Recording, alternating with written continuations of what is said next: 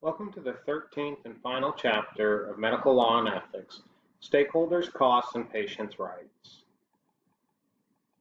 Over the course of this chapter, we will cover the following learning outcomes. We'll identify the expectations of the major stakeholders in the U.S. healthcare system, describe the major factors influencing the cost of healthcare, examine the major components of both access and quality, summarize the changing mechanisms for Americans to pay for their health care, and examine the status of patients' rights to health care. Here's a list of key terms that we will cover in this chapter.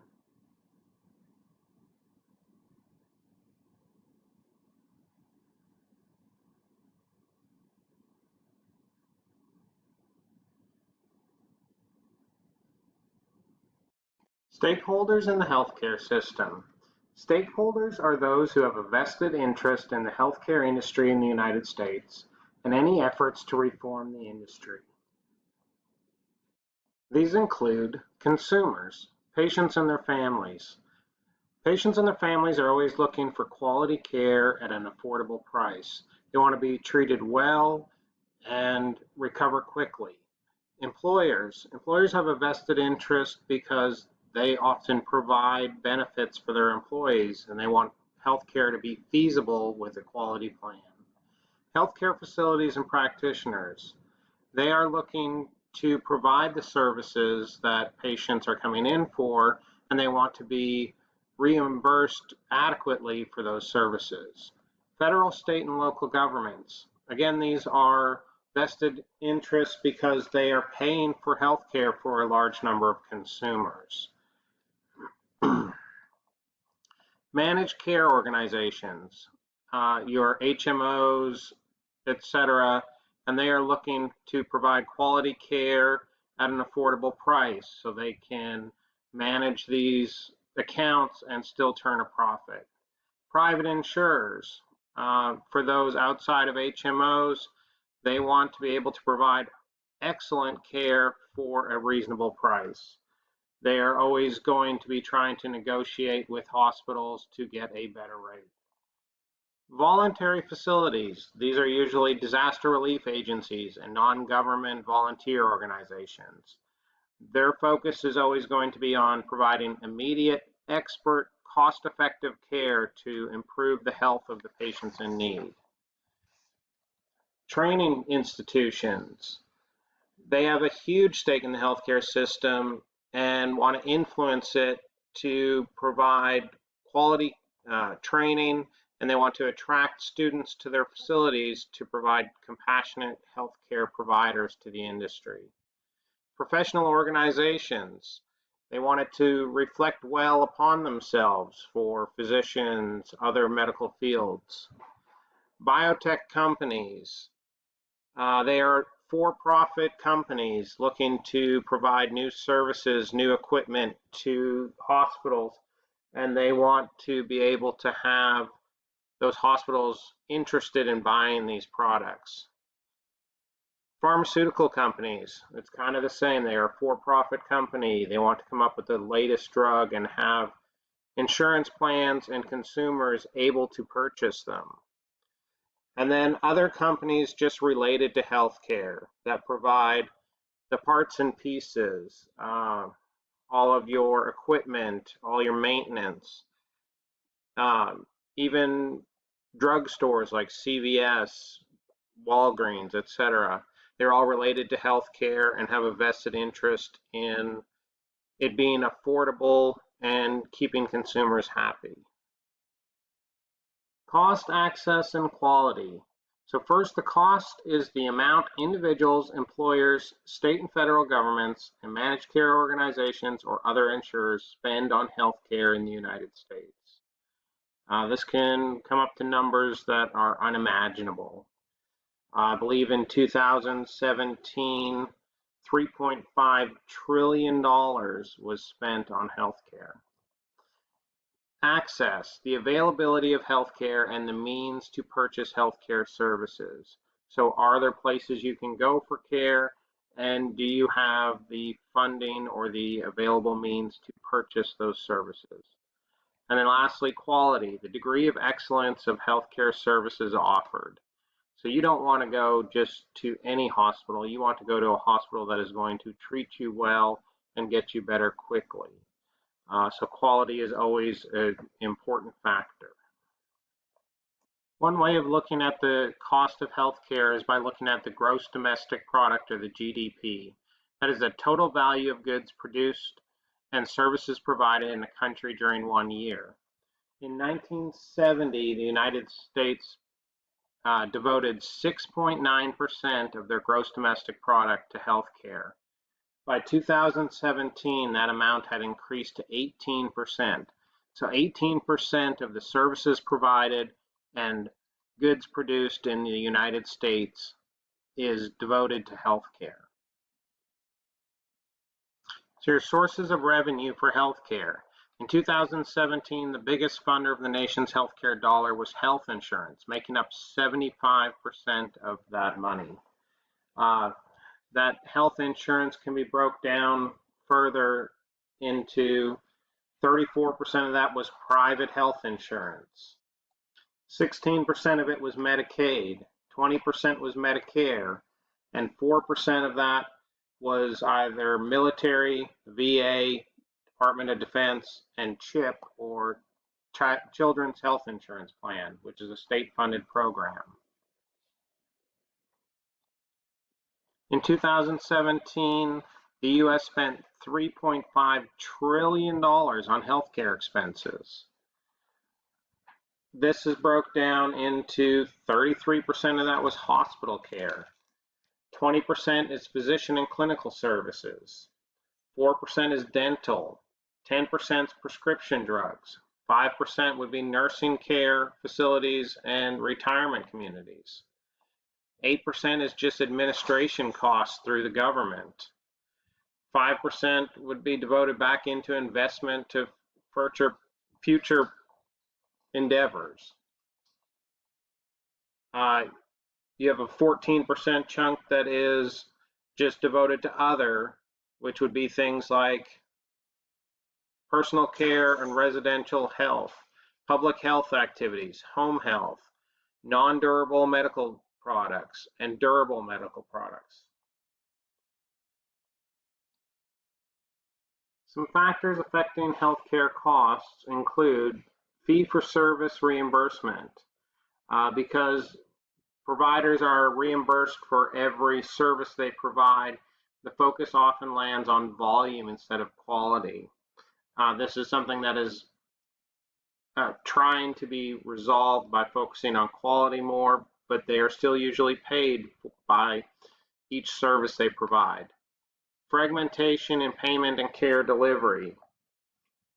Because patients will see multiple doctors, they are often tested and treated for the same things by multiple people. It leads to errors and duplications. Payment sources don't always catch all of these repetitive tests. So both the patient and the health industry is being overcharged in these cases. Administrative burden on providers, payers, and patients. So the billing process is so complicated and convoluted that it just increases costs and makes it difficult to sort through your bill. Your aging population, rising rates of chronic disease, and lifestyle factors and personal health choices. So as the population becomes older, we are having more likelihood of finding chronic diseases. Lifestyle factors and health choices affect how well you live, but there is no way to control the choices people make in their own life. Advances in medical technology. As we get new equipment and new technology, we can treat people better, but these pieces of equipment are very costly, and patients want the newest equipment, but then that cost has to be handed back to the patients for the hospitals to be able to purchase them. Changing trends in the healthcare market, consolidation and competition for providers and insurers.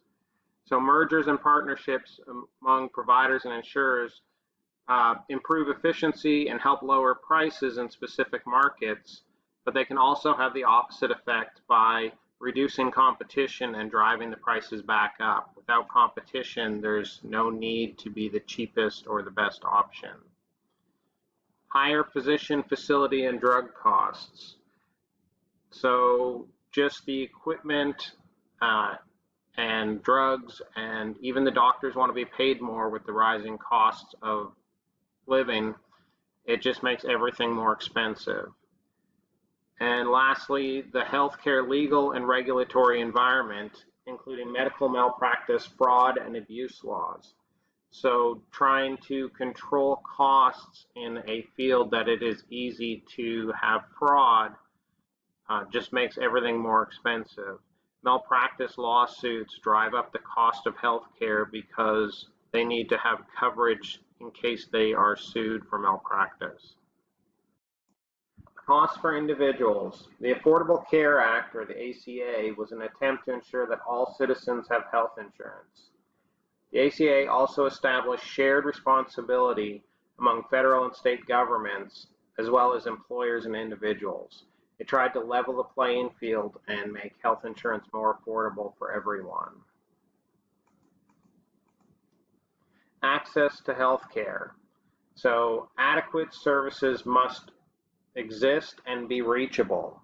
Primary care facilities, hospitals, physicians, clinics, they all need to be within a reachable distance for patients, and then they have to actually be there. There must be enough business for them to sustain themselves. Services must be free of cultural and social barriers, and they have to be affordable. And lastly, services must offer ongoing care, not just emergency care. Those ongoing services keep people healthier, which then reduces the overall cost of healthcare. For quality of care, the Agency for Healthcare Research and Quality, or the AHRQ, was a lead federal agency responsible for tracking and improving the quality, safety, efficiency, and effectiveness of healthcare for Americans.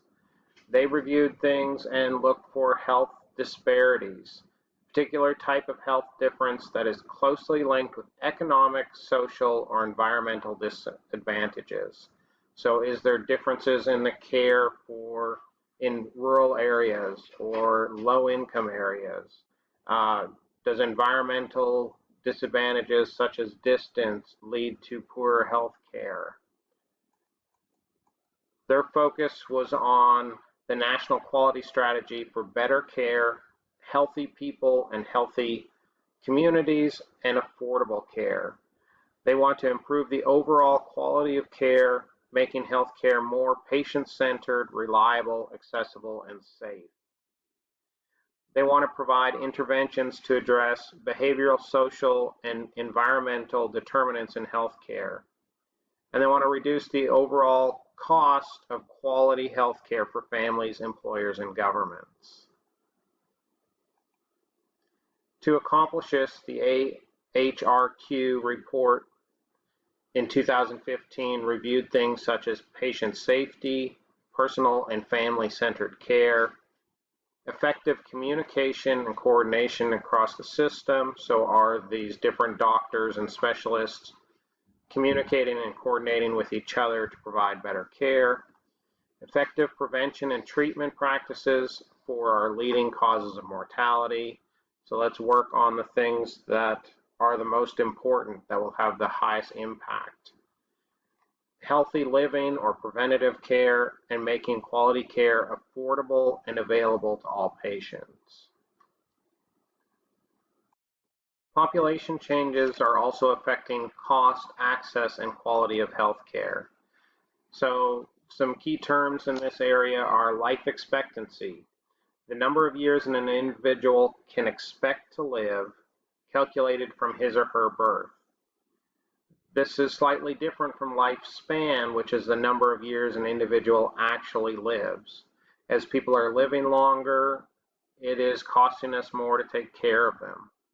The fertility rate is the total number of live births per 1,000 women ages 15 to 44.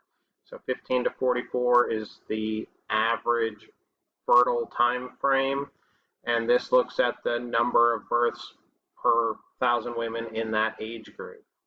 And then the birth rate in comparison is the total number of live births per 1,000 women in a specific age group. So this might be between 20 and 25 or 20 and 30. It looks at a small targeted age group. Paying for health care. So private insurance covers a large portion of Americans, and the average family coverage premium in 2018 was $19,616.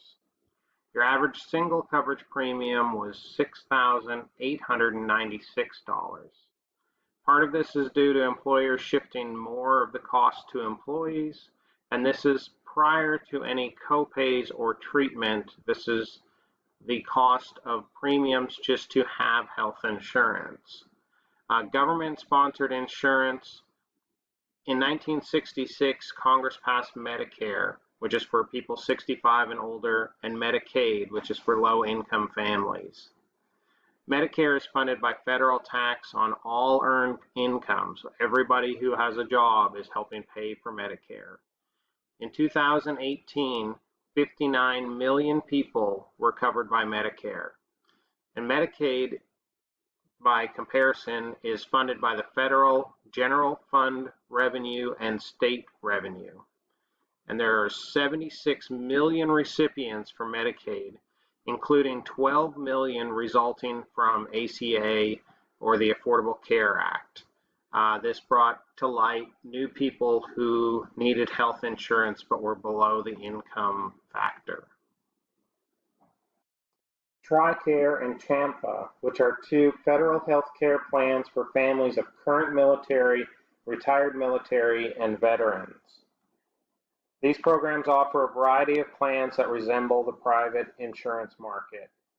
And then lastly, the State Children's Health Insurance Plan, or CHIP. This was started in 1997 and covers parents that make too much money to qualify for Medicaid and too little for private insurance. So they may apply for this CHIP program to help pay for their insurance. The Patient Protection and Affordable Care Act. This was brought out in 2010 and showed that 29% of the population was underinsured or did not have health insurance. Some of the provisions of the health plan was that there were no exclusions for pre-existing conditions. Children can be covered until 26 years of age under their parents' policy. Coverage includes preventative services, which it used to not. Emergency care can be provided outside of your network providers. They allow you to choose your PCP from a network of providers. Lifetime dollar limits for your health care were eliminated. And there were subsidies from the federal government to help pay for it for low-income families. It also established the individual mandate, which was a requirement by law for people to purchase health insurance or pay a penalty.